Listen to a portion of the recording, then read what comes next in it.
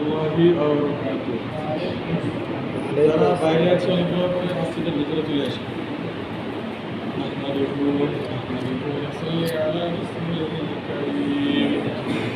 أما بعد فأعوذ بالله من الشيطان الرجيم. بسم الله الرحمن الرحيم.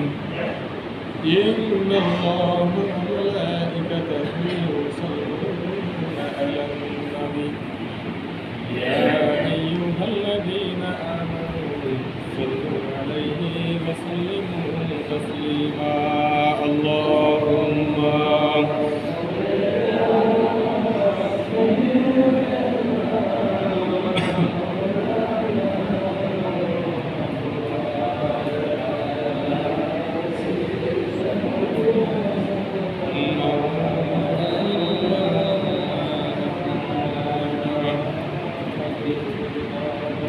شفيعنا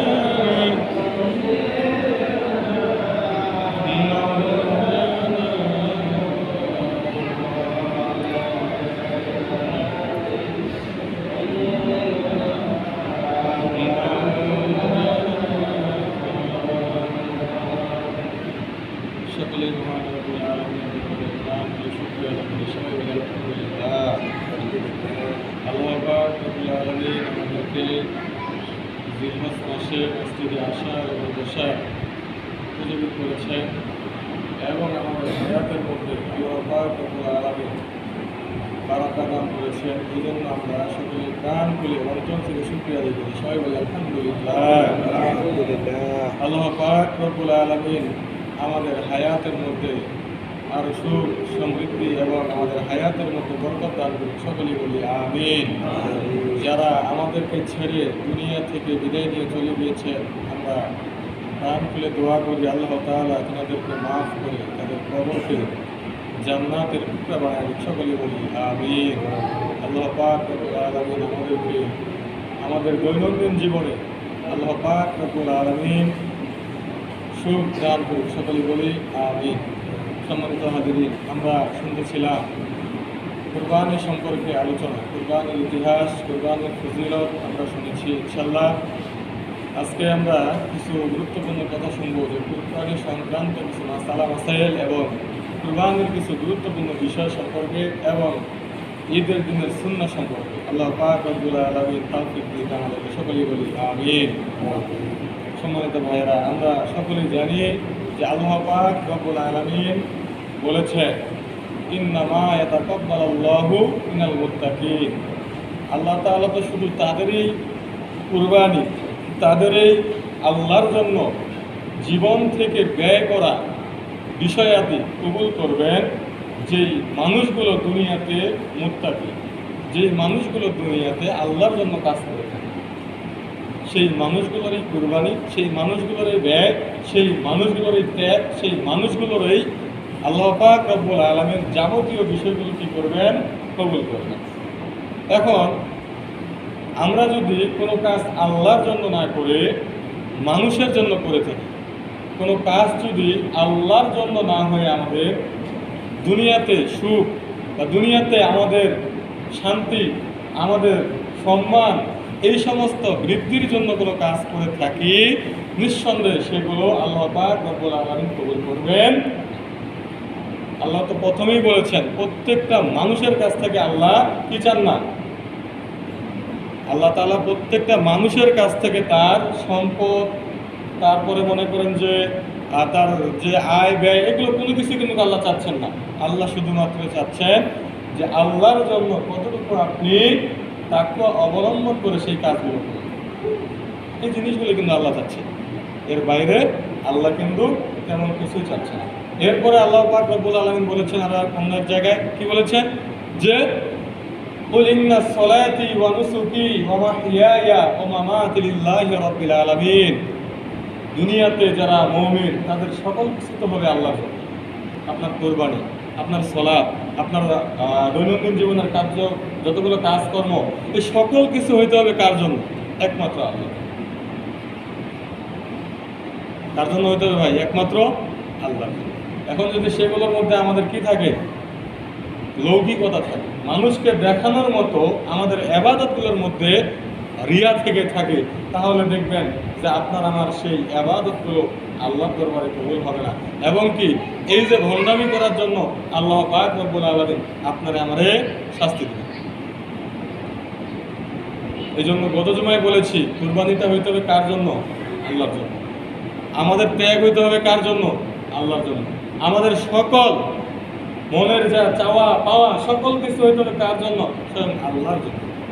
আল্লাহর বাইরে কার জন্য হওয়া যাবে? যেমনটা হয়েছিল ইব্রাহিম আলাইহিস সালাতু ওয়াস সালাম। ইব্রাহিম আলাইহিস সালাতু ওয়াস সালাম শুধুমাত্র আল্লাহর জন্য কাজ করেছিলেন। আল্লাহকে কিভাবে খুশি রাখা যায়, মালিককে কিভাবে খুশি রাখা যায়, সেইভাবেই তিনি কাজ করেছেন। এই জন্য আল্লাহ তিনার কোরবানিকে কবুল করেছেন। আরেকটু উদাহরণ দেখেন, প্রাচীনকালে যখন আদম আলাইহিস সালাতু ওয়াস সালামের 2 পুত্র কুরবানি করলো, সেখানে হিসাবটা দেখেন যে আল্লাহ রাব্বুল আলামিন এক শ্রেণীর মানুষের কুরবানি দুনিয়াতেও বর্তমান সময়ে কবুল করবে, আরেক শ্রেণীর মানুষের কুরবানি আল্লাহ কবুল করবে না। এটার উপমা কি? এটার উদাহরণ কি? সেই যে আদমের 2 পুত্র।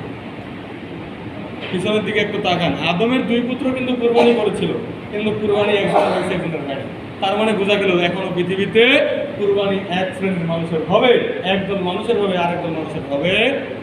এখান থেকে শিক্ষা, এই শিক্ষাগুলো কিন্তু আমাদের রাখতে হবে। এরপরে এখান থেকে আরো কি শিক্ষা ছিল? আমাদের ধৈর্য। প্রতিদিন ক্ষেত্রে কি করতে হবে? আমাদেরকে ধৈর্য ধারণ করতে হবে। যেমন ইব্রাহিম আলাইহিস সালাম ধৈর্য ধারণ করলেন, 86 বছর বয়সে একটি সন্তান পাবেন। দুনিয়াতে আমরা তো ধৈর্য ধারণ করি না, অনেকেই বলেছিলাম আগে। সন্তানাদি হয় না, কঠিন আমরা টেনশন, খুব বিপদে আছি, কি করব, হয় কি না বলেন? তো দেখেন এই যে বিষয়গুলো, ইসলামের যে দৈনন্দিন এই যে খুব সুন্দর সুন্দর শিক্ষাগুলো, এগুলো আমাদেরকে শিখতে হবে, এগুলো আমাদেরকে জানতে হবে। এরপরে যদি আমরা আমল করি, এরপরে যদি আমরা কাজ করি, নিঃসন্দেহে আপনার আমার ইবাদতগুলো, আপনার আমার আমলগুলো আল্লাহর দরবারে নিঃসন্দেহে কবুল হবে। সুবহানাল্লাহ, কবুল হবেই, এখানে কোনো রেজাল্ট থাকবে না, কিন্তু সেই প্রক্রিয়াটা শিখতে হবে, সেই সিস্টেমটা আমাদেরকে জানতে হবে। কোন সিস্টেমে কাজ করলে আল্লাহ রাব্বুল আলামিন কবুল করবেন, কোন সিস্টেমে কুরবানি করলে আল্লাহর দরবারে কুরবানি কবুল হবে, আর কোন পন্থা অবলম্বন করলে আল্লাহ দরবারে কুরবানি কবুল হবে না, এগুলো আমাদের প্রত্যেকটা মানুষকে জানাতে হবে। একটা কাজ আপনি করবেন, সেই কাজ সম্পর্কে যদি আপনি না জানেন, তো সেই কাজ করার কোনো মানে হয় না। দুনিয়াতে ধরেন যখন একজন মালিক একজন মনে করেন যে আপনার শ্রমিককে নেয় ক্রয় বা মজুরি হিসাবে একদিনের জন্য বা 24 ঘন্টা বা 12 ঘন্টার জন্য, তখন কিন্তু ওই শ্রমিক জিজ্ঞাসা করে আপনার কী কী কাজ করতে পারবেন, থাকে কিনা? শ্রমিকের কিছু শর্ত থাকে যে এই কাজগুলো হলে আমি করতে পারবো, আর বাইরে হলে আমি করতে পারবো না, এবং কি আমাকে এত লাগবে। তো দুনিয়াতেও সেম এরকমই সিস্টেম, যে আল্লাহর জন্য যখন আপনি কাজ করবেন, আল্লাহর জন্য যখন আপনি ইবাদত করবেন, আল্লাহ সম্পর্কে যদি আপনি না জানেন, আল্লাহর বিধিবিধান যদি না জানেন, তো সেইগুলো কি কবুল হবে কি না সেটা তো আপনি আমি বলতে পারবেন। এবং কি আমরা কোরআন হাদিস থেকে যেগুলো জানি, কিছু কিছু কাজ আমাদের আমলের মধ্যে থাকলে আমাদের কাজ হবে না, এগুলো আপনিও জানেন, আমিও জানি। আমরা জানি অনেকে যে সুদের টাকায় কুরবানি করলে কুরবানি কবুল হবে না, কি জানি কিনা বলেন? চুরি করে গরু কুরবানি দিলে গরু কুরবানি হবে কি হবে না, এটা জানি কিনা আমরা? তারপরে মনে করেন যে উপার্জন যদি হালাল না হয়, হারাম গন্ধায় হয়, সেই উপার্জন দিয়ে যদি কুরবানি দেই, কুরবানি কি কবুল হবে? কথা বলেন, কুরবানি কি কবুল হবে? নিজে কিন্তু জানি এই বিষয়টা, যে আমার রোজগার বা আমার যে অর্থটা এখানে আমি কুরবানিতে ব্যয় করবো, সেটা কি না হালাল, নিজে জানি। বাংলাদেশের 80% মানুষ আমরা জানি যে আমাদের হালাল টাকা আমাদের নাই এই জায়গাটা, তারপরেও আমরা কোরবানি করতেছি। কেন ভাই? দরকার নাই তো আপনার কোরবানি, কোনো দরকার নাই মানুষকে দেখানোর জন্য, কোনো দরকার নাই কোরবানি দিয়ে আপনার অর্থ অপচয় করার জন্য, কোনো প্রয়োজন নাই এই তামাশা আল্লাহর সাথে করার জন্য।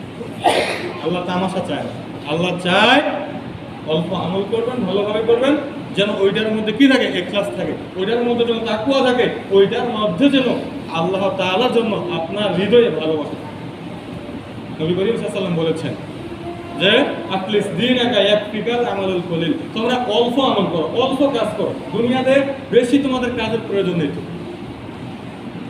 বেশি কাজের দরকার নেই, অল্প করো, সেটা যেন হালালভাবে হয়, সঠিকভাবে হয়, যেন ভালো হয়।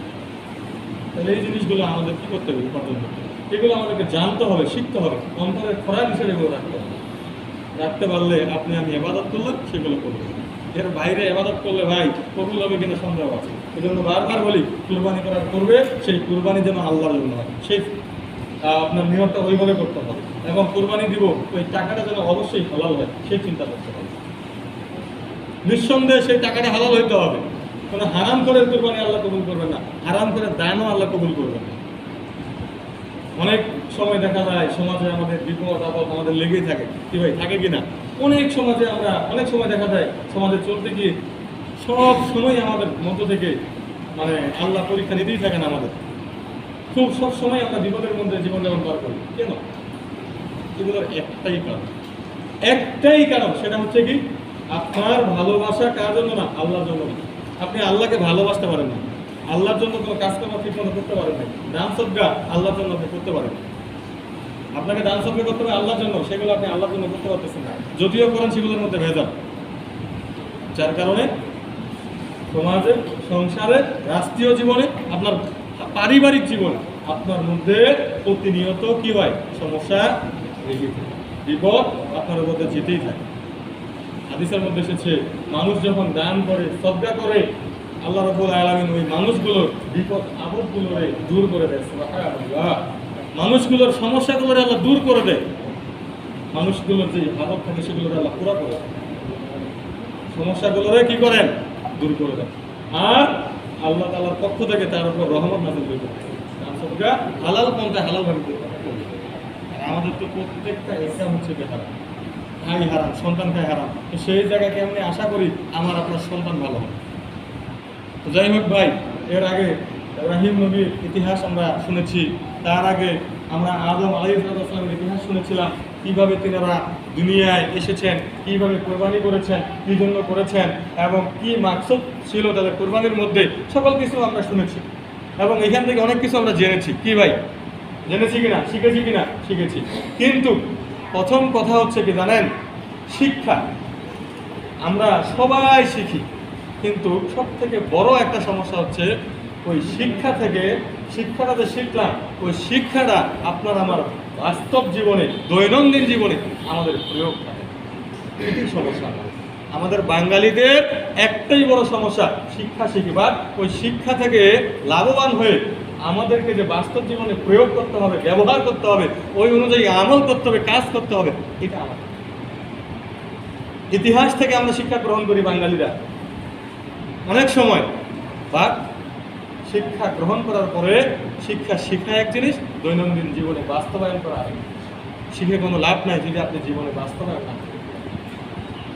ইতিহাস থেকে শিক্ষা নিয়ে যদি আপনার জীবনে বাস্তবায়ন আপনি না করতে পারেন, তাহলে কি হবে না? কোনো ফায়দা হবে না। ফায়দা করার জন্য আপনাকে কী করতে হবে?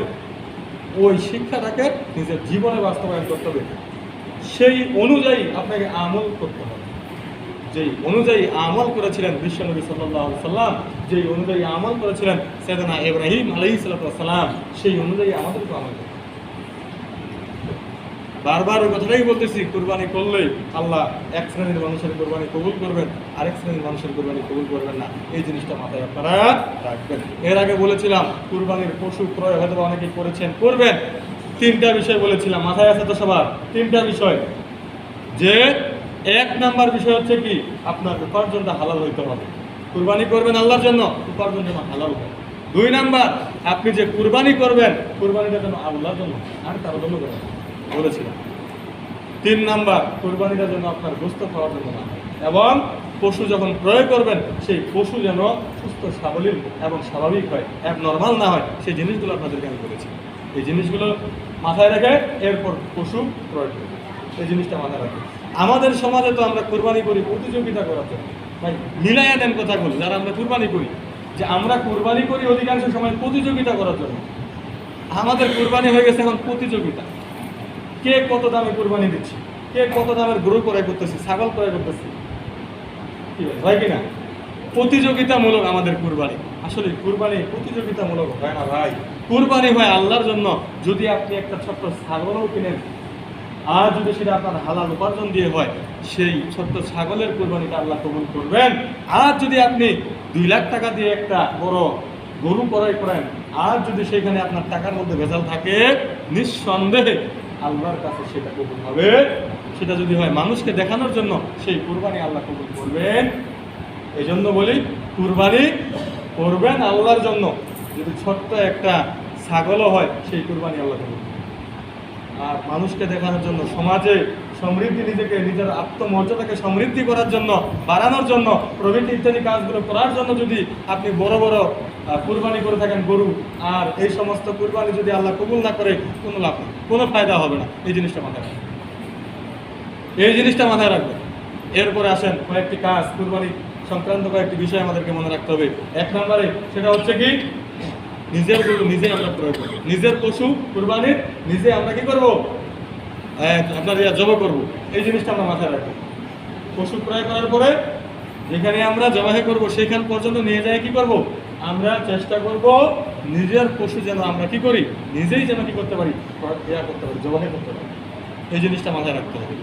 এরপরে 2 নম্বরে মনে রাখবো আমরা যে কুরবানির আপনার কি বলে, আল্লাহর কাছে গোশতও পৌঁছায় না এবং রক্তও পৌঁছায় না, কোনো কিছুই কিন্তু আল্লাহর কাছে পৌঁছায় না। শুধুমাত্র কি পৌঁছায়, মুমিন বান্দার তাকওয়া, মুমিন বান্দার ইখলাস, মুমিন বান্দার আল্লাহর প্রতি ভীতি বা ভয়, এগুলোই কিন্তু পৌঁছায়, এর বাইরে কিছু পৌঁছায় না। এই জিনিসটা মাথায় রাখবো। এই জন্য কি করবো, আমরা যেটা ভালো উত্তম মুস্তাহাব কাজ, সেটা হচ্ছে মাংসটাকে 3 ভাগ করে 1 ভাগ গরিব মিসকিনদেরকে দিয়ে দেবো, 1 ভাগ আত্মীয় স্বজনদেরকে দিয়ে দেবো, আর 1 ভাগ নিজের জন্য রেখে দেবো।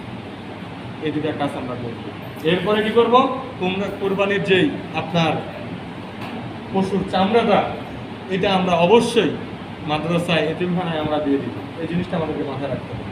কেন, আপনি যে চামড়াটা দিবেন, এটা দিয়ে মাদ্রাসার বাচ্চাদের অনেক উপকারে আসবে, বই পুস্তক হবে, পড়াশোনা করবে এবং তাদের খোরাকি হবে। এটা কি হবে, কাজে লাগবে। এই জিনিসটা কি করবো, তাদেরকে দিব।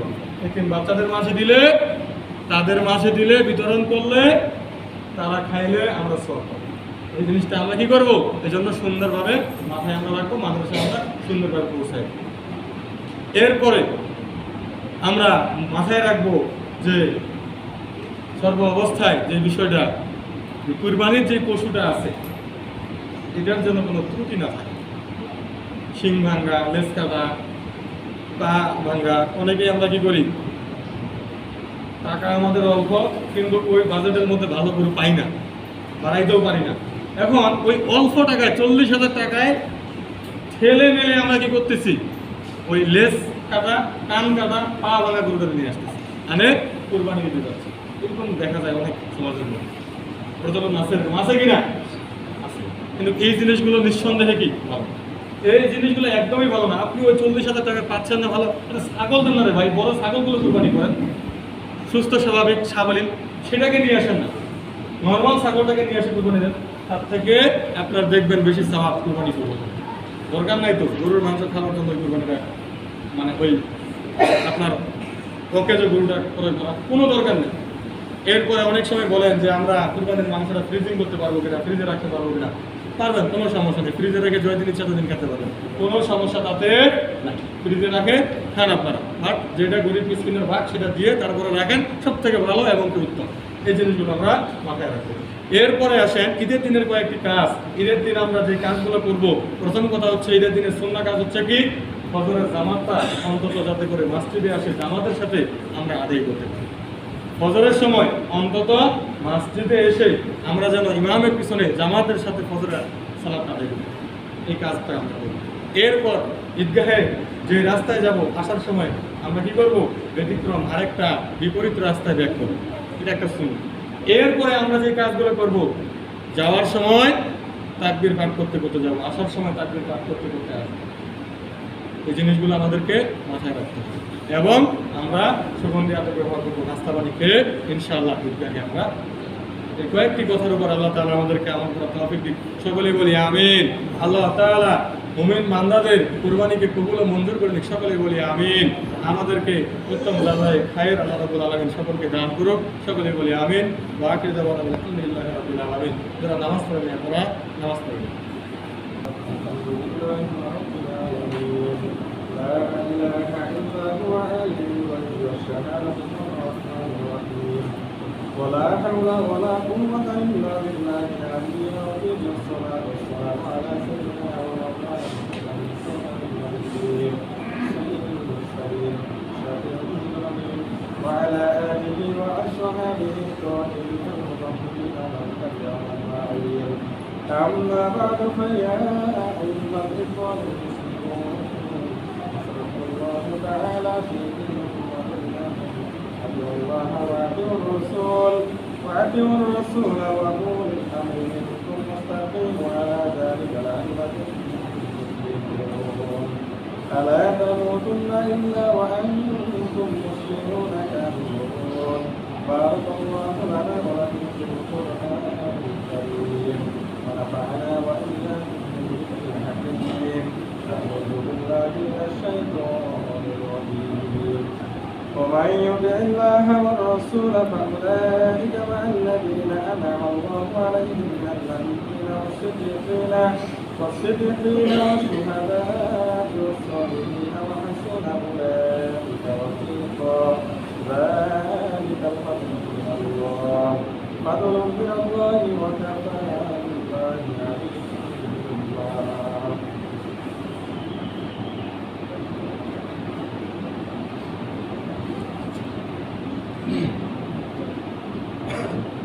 نحمده ونستعينه ونصلي ونسلم على سيدنا محمد وعلى آله وأصحابه وأهل بيته ومن تبعهم أجمعين. يا أيها المؤمنون أسألكم الله بخير الدارين. اعلموا أن الدين عند الله الإسلام، ومن يبتغي غير الإسلام دينا فلن يقبل منه وهو في الآخرة من الخاسرين. وادخلوا في السلم كافة ولا تتبعوا خطوات الشيطان إنه لكم عدو مبين. واسمعوا فليس للتقوى للكبر ولا تكونوا من الغافلين. وتوبوا إلى الله أيها المؤمنون لعلكم تفلحون. واذكروا الله بكرة وأصيلا. إن ذكر الله تعالى آل وأولى وأسفل وأكبر.